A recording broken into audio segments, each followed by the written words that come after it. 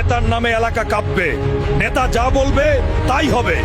কেউ কথা বললেও জিহ্বা ছিঁড়ে ফেলবো। কালকের মধ্যে নেতার প্রোগ্রামের টাকা না দিলে এই দোকানটাই জ্বালিয়ে দেবো। ভাই, তোর নেতা তো আমার জমিটা আটকে দিয়েছে, আমি কিন্তু পুলিশে মামলা করব বলে দিলাম। ভাইয়ের বিরুদ্ধে কথা বললে কল্লা নামিয়ে দেব। চুপচাপ থাক। ও না হলে ভিটা বাড়িটাও হারাবি। সাবাস রেড হালকা, তুই আমার বাঘ। তুই থাকলে আমার কোনো টেনশন নাই, চালিয়ে যা। শোনো, তুমি যে নেতা নেতা করে পাগল হয়ে যাচ্ছ, দেখবে বিপদের সময় তাকেই আর পাশে পাবে না। চুপ কর। তোরা কি বুঝবি এসব? হ্যাঁ, ভাই আমাকে এমপি বানাবে, তখন দেখিস আমার পাওয়ার। সবাই আমাকে দেখে সালাম দিবে। এবারের নির্বাচনে আমার প্রতিদ্বন্দ্বী যে দাঁড়িয়েছে, আজ রাতে তার বাসায় আগুন লাগিয়ে দে, তারপর গা ঢাকা দিস। কিছু হলে আমি দেখব। আগুন জ্বালিয়ে দে আলার বাসায়। ভাইয়ের বিরুদ্ধে দাঁড়াস, এত বড় সাহস! আমার বাড়িতে আগুন দিলি কেন তুই? তুই নেতার বিরুদ্ধে নির্বাচনে দাঁড়াইছিস, তাই তোর বাড়ি পুড়িয়ে দিলাম। বেশি বাড়লে তোকেও পুড়িয়ে দেব।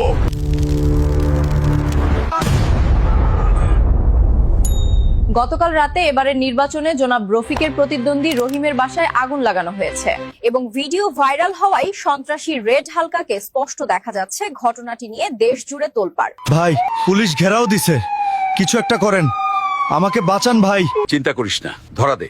আমি উকিল পাঠাচ্ছি, 2 দিনের মধ্যে জামিন করিয়ে আনবো। হ্যান্ডস আপ হালকা, তোর খেলা শেষ। চারপাশে ঘিরে ফেলেছি।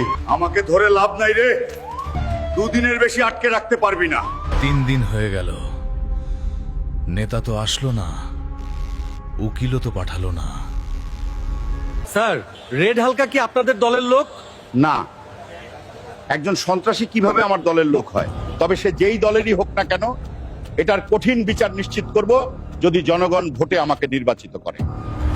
নেতা আমাকে চেনে না? যেই নেতার জন্য আজ আমি এইখানে, সেই নেতাই আমাকে অস্বীকার করলো। টিস্যু পেপারের মতো ব্যবহার করলো। কাজ শেষ, তাই আমাকে ডাস্টবিনে ফেলে দিল। নেতার কথায় আমি বাঘ সেজেছিলাম, আজ বুঝতেছি আমি ছিলাম শুধু বলির পাঠা।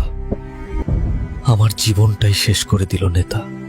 নেতার কথায় লাফাবেন না। আপনার মতো হাজারো কর্মী তার চারপাশে আছে।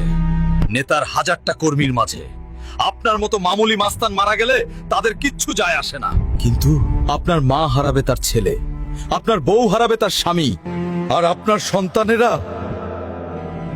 হয়ে যাবে এতিম। নেতার জন্য জীবন দেওয়ার আগে ভাবুন, আপনার জীবনের মূল্য নেতার কাছে আছে কিনা। সুস্থ রাজনীতি করুন, কারো পা চাটা গোলাম হবেন না।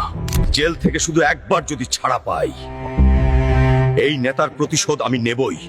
পেজ ফলো দিয়ে সাথে থাকুন।